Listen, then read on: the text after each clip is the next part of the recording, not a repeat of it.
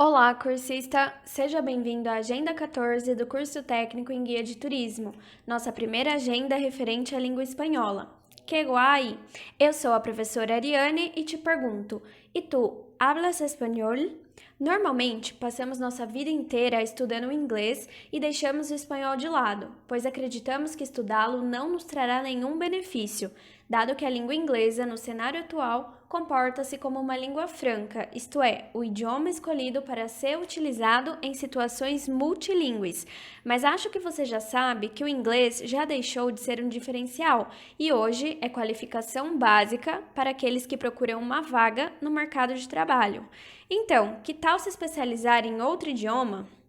Vou te contar os motivos pelos quais é importante estudar o espanhol. O espanhol é a segunda língua mais importante diplomaticamente, sendo o idioma oficial de 21 países, ou seja, 406 milhões de pessoas no mundo são falantes desta língua.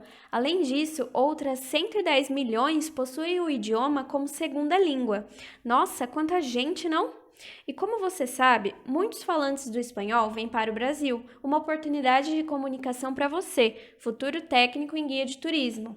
Os países que possuem o espanhol como língua oficial são Argentina, Bolívia, Chile, Colômbia, Costa Rica, Cuba, Equador, Espanha, El Salvador, Guatemala, Guiné Equatorial, Honduras, México, Nicarágua, Panamá, Paraguai, Peru, Porto Rico, República Dominicana, Uruguai e Venezuela. Lembrou de alguma coisa? Isso mesmo, do Mercosul, isto é, aquele acordo que visa a adoção de políticas de integração econômica. Olha só quantos países falantes do espanhol estão em contato com o Brasil? Além disso, o Brasil, juntamente com o Mercosul, fechou um acordo de livre comércio com a União Europeia. E qual país faz parte da União Europeia? Bingo, a Espanha! Acho que já consegui te convencer sobre a importância de se estudar esse idioma, não é mesmo? Mais algumas informações. Embora as normas gramaticais sejam as mesmas para todos esses países falantes do espanhol, vamos perceber diferenças no que diz respeito a sotaques, vocabulário, gírias e até em alguns tempos verbais. Afinal, inúmeros países falam espanhol e com isso é normal que ocorra variação linguística.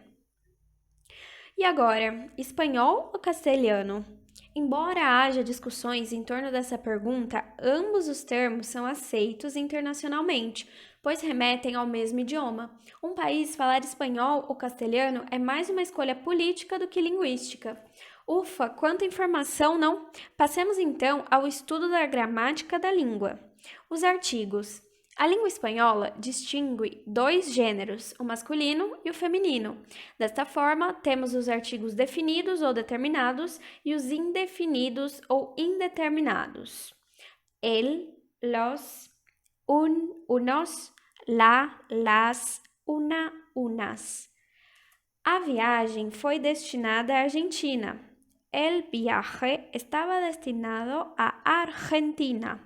Os hambúrgueres deste restaurante são ótimos.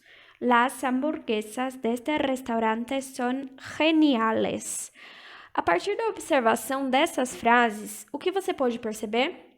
Você percebeu que algumas palavras entre o português e o espanhol apresentam gêneros contrários, ou seja, algumas palavras que em português são femininas e em espanhol são masculinas, e vice-versa. Por isso, nada de pensar em português ao falar espanhol, hein? Essas palavras se chamam heterogenéricas. Observe a seguir uma lista com as principais palavras heterogenéricas presentes no idioma.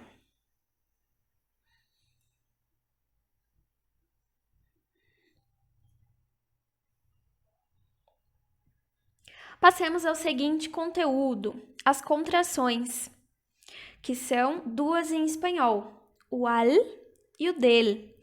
Vamos utilizar al quando ocorrer a junção entre a preposição a e o artigo el. Voy a más el cine, resultando em voy al cine. Vamos utilizar del quando ocorrer a junção entre a preposição de e o artigo el. Vengo de que lugar? El restaurante. Entonces, vengo del restaurante. Agora, passemos ao estudo dos pronomes. Pronomes pessoais, indefinidos, demonstrativos, possessivos, interrogativos e exclamativos. Nossa, quanta coisa, não? Quanto aos pronomes pessoais, em espanhol são 6. Veja: yo, tú, él, ella, usted, nosotros o nosotras, vosotros o vosotras, ellos, ellas e ustedes. Agora, os pronomes indefinidos. Alguien, quien quiera, nadie, para se referir às pessoas. Algo, nada, para se referir a coisas. Cualquiera, alguno ou alguna, ningún ou ninguna, para se referir a pessoas ou coisas. Pronomes demonstrativos. Para empregar os pronomes demonstrativos, devemos nos atentar à localização do objeto. Se o objeto está perto, utilizamos este, esta para o singular e estes, estas para o plural. Já se o objeto se encontra a meia distância, vamos usar esse, essa para o singular e esses, essas para o plural. E por fim, se o objeto está longe, usaremos aquele, aquella para o singular e aquellos, aquellas para o plural. Agora, observe as seguintes frases. Mi hotel está ubicado en la Avenida Paulista. Meu hotel está localizado na Avenida Paulista. El hotel ubicado en la Avenida Paulista es mío. O hotel localizado na Avenida Paulista é meu. As duas frases possuem o mesmo significado. O que as distingue é a organização das palavras nas frases, principalmente das palavras que indicam posse. O meu, que em espanhol pode ser mi ou mio. Mas quando usar mi e quando usar mio, você consegue encontrar um padrão de uso?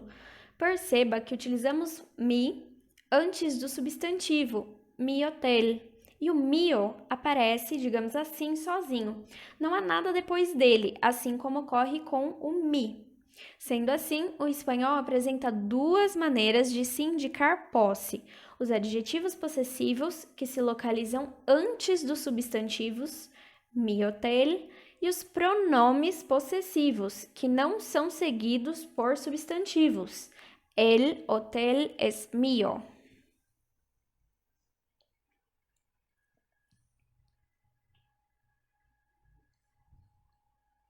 Finalizamos essa agenda lembrando que esta apresentação é apenas um resumo do tema e não deve ser considerada como única fonte de estudo. Por isso, participe de todas as atividades propostas e até a próxima!